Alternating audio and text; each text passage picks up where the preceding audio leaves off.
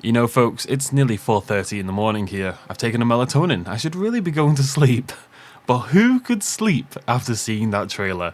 The oft-rumoured Jurassic survival game has finally been revealed with, well, Jurassic Park Survival. And today we're going to start what is surely going to be obsessive amounts of coverage and speculation on the game by covering the trailer scene by scene.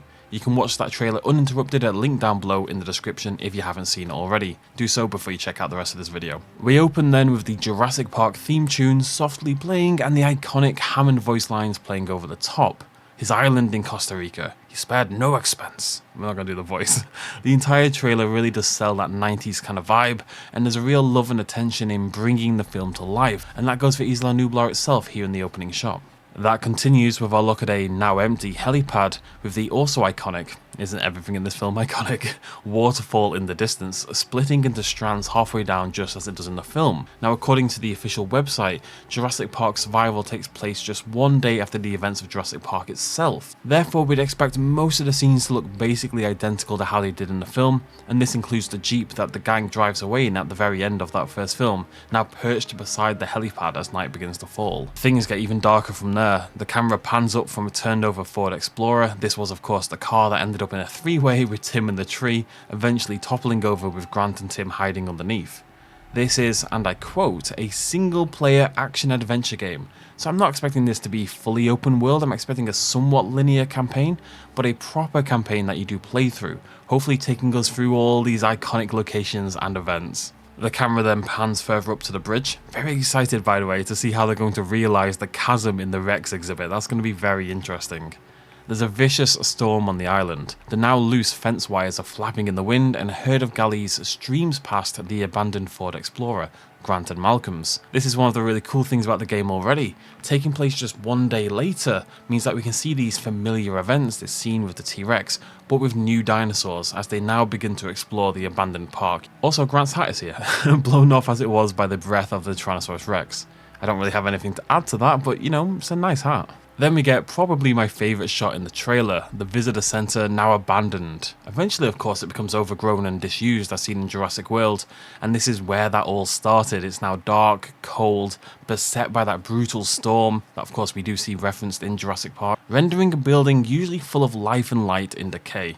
I've got to say, out of all the areas in the game I'm most excited for, this is it for me. This is the big one. The layout of it in the film is a little bit nonsensical, especially if you look at the official plans, and I really want to see how Saber, those are the ones developing this game, have tackled the visitor centre. Are they going to let us explore all those little side rooms we know are there thanks to those official plans? That goes for the exterior and the interior, seen here with the collapsed Tyrannosaurus Rex and Alamosaurus skeletons that followed Rexy's triumphant appearance at the end of the film. We finally then meet our protagonist, Dr. Maya Joshi.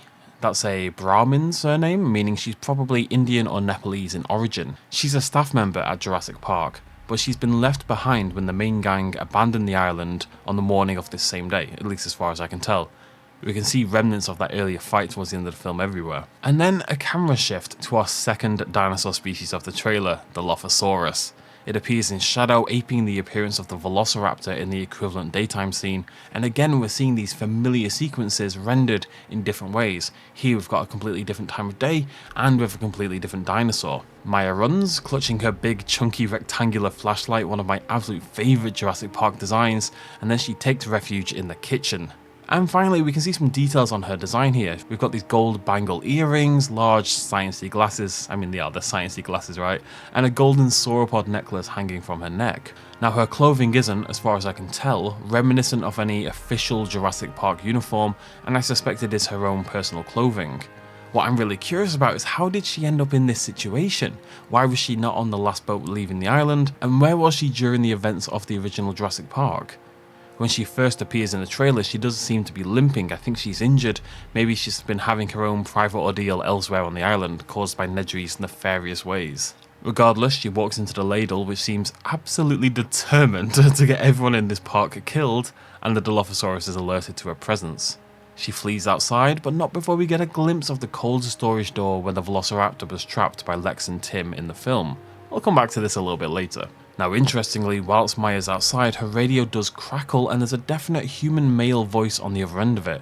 If she was left behind, which if we're honest, doesn't put Hammond et al. In the best light, then maybe others have been left behind as well. Did something go wrong with the boat that we didn't get to see? The storm was pretty vicious. Bear in mind, things haven't been going wrong for that long. As I say, the events of Jurassic Park from Nedry's nonsense probably only cross a span of 12 hours or so. The Dilophosaurus pops up again, peering out from the side of a tree in a manner aping the film, tilting its head side to side in that bird-like manner. Curious more than aggressive, as it tries to determine if this woman is a threat or dinner or, well, both. She's probably both, because we get this beautiful close-up shot of the dinosaur, first relaxed and then with that beautiful frill unfurled.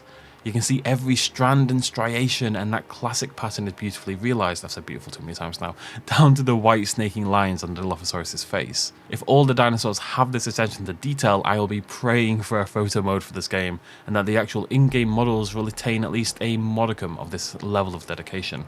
Anyway, Maya runs, narrowly dodging a glob of venom, and she tears through the Jurassic Park gates. This is really the only time we see them from behind in the film, or indeed any of the expanded media, lacking the text as it sits on only one side of the gates, as do those staggered flames down the side. It's still open, of course, from when Grant et al. Passed through it earlier the previous day. We do get to see it from the front though, as Maya collapses, exhausted, to the muddy ground. The music swells, ominous, searching tones as we pan down to an iconic footprint rendered in the mud. The ground shakes, the water ripples, and Rexy emerges from the tree line. She looks pretty good here. I've seen comments suggesting she looks skinny, but if we do a direct comparison with the very similar pose when she attacks Gennaro, I'd say she looks pretty nearly identical here. She's also gained some extra nodules and ridges across her snout and upper head.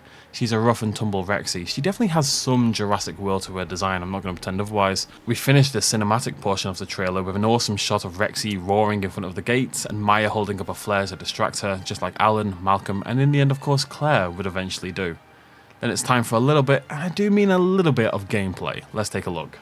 We start off at the docks as Maya leaps from a dinghy. Looks a little reminiscent to me of the boat from the Universal Jurassic Park ride, may she rest in peace, onto the docks. One of the great things this game can do is not only show us those iconic locations I've mentioned, better than anything else has ever done really, but give us parts of the island that weren't fully explored in previous iterations, such as the docks. The movement here reminds me of the kinetic traversal of a game like Outlast, and based on that I'm expecting a lot of mantling, sprinting, sliding, door opening, wheel spinning, stuff like that. Lots of running and hiding. It wouldn't be very Jurassic Park if Maya was going to be gunning down all the dinosaurs. The games back in the 90s very much had that vibe, but we're kind of past that these days, right? I expect Maya to be running a lot more than she's hurting. Then she's in a utility corridor, so an ominous shadow rears up in the distance. It seems to be a Velociraptor, it's got a slightly weird shape to it. This could be the back rooms for the visitor centre. It could also be a rendition of the maintenance shed that we see Sattler explore in the film, and of course the scene of Arnold's off-screen death. You've got to hand it to him, he went out in style.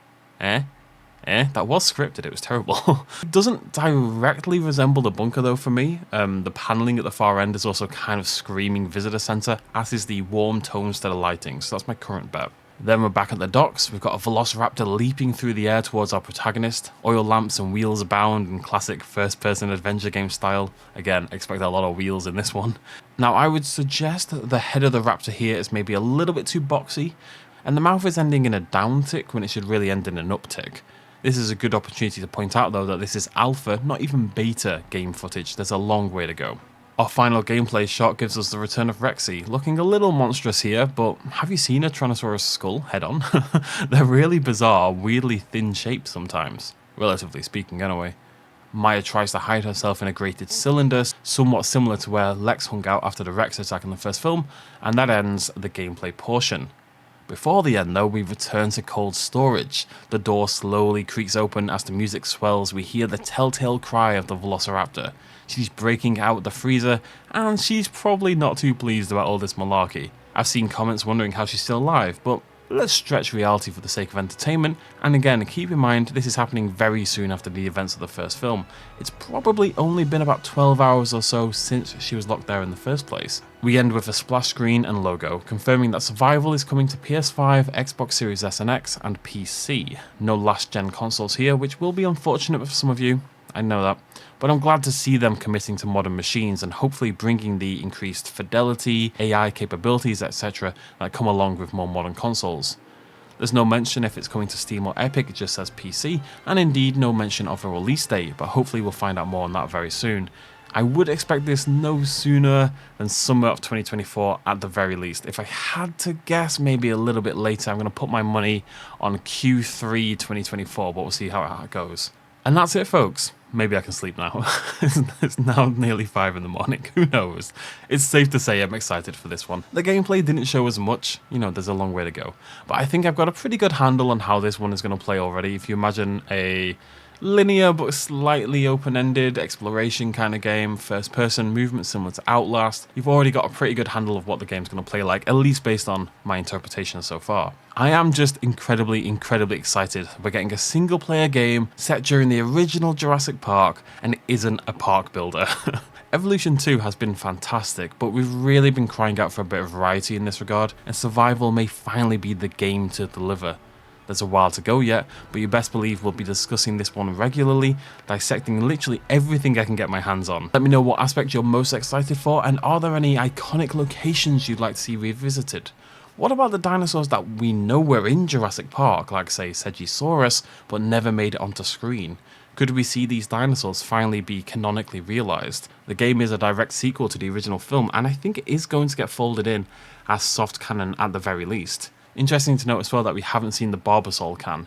Of course, that's going to re-emerge later on in Jurassic World Dominion, so maybe that's an aspect they're going to leave well alone. At the end of the day, Maya would have no idea about it, but maybe it'll be there as a little Easter egg that you can spot at some point. Let me know what you think. Thank you so much for joining me. Throw me a like if you enjoyed the video. Be sure to subscribe and follow the playlist linked down below in the description for all the latest news and speculation about Jurassic Park Survival.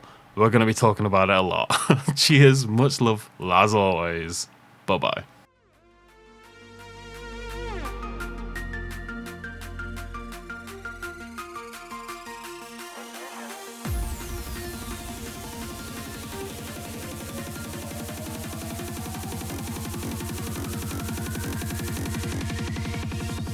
Road.